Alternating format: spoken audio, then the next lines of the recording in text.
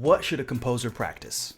And how should a composer practice? These are a couple questions I've been trying to answer for as long as I've been a composer, which has been a while. In myself, to find the answers to these questions, I looked back at myself as a teenage guitarist.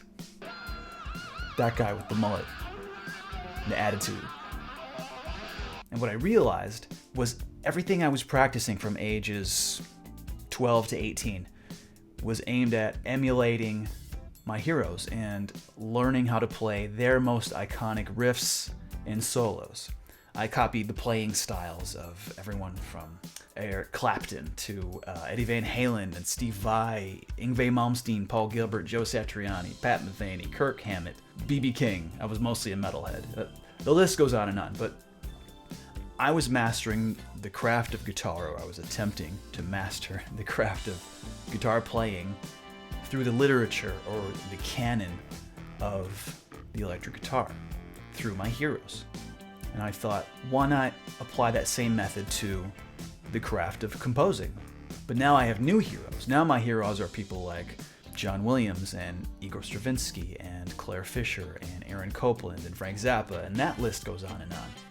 But it's a little more difficult to emulate their techniques because they aren't performers, they aren't instrumentalists. Now there are methods that train composers in harmony, counterpoint, orchestration, notation, and in the last few decades, MIDI sequencing, production, engineering, and synthesis, and so on. But is there a method for training composers to emulate the musical vocabulary of their heroes? How does a composer practice the chord voicings of Igor Stravinsky in the same way that a guitar player would emulate the riffs of Eddie Van Halen or the solos of Pat Metheny? Or how a sax player would emulate the playing of Charlie Parker or John Coltrane? Some composers may take issue with this kind of practice method because they might say, well, if all you do is imitate other composers, then you're taking away time and effort from developing your own voice. And I get that. That makes sense and that's valid. But to that, in response, I would say this, that all artists, all the greats, all of our heroes are just amalgams of their influences, right? Nothing is created in a vacuum. There's no such thing as an absolute original. We are, all of us, including our heroes, are creative kleptomaniacs that borrow and steal from each other until we create something that resembles originality.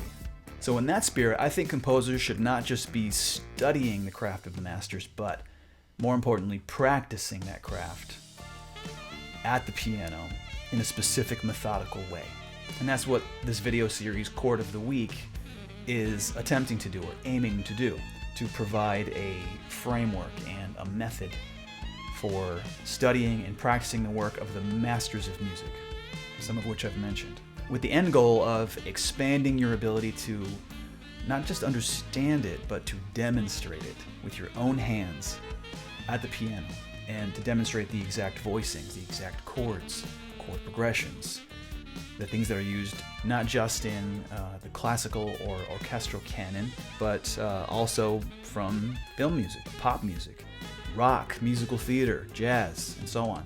In Chord of the Week, I'll be covering musical examples from Stravinsky, Sondheim, John Williams, Claire Fischer, Rush, Aaron Copland, Frank Zappa, Stevie Wonder, just to name a few. And at the end of each video, I'll give some harmonic exercises that you can play at the piano for your own practice, for your own musical expansion, for your own vocabulary building.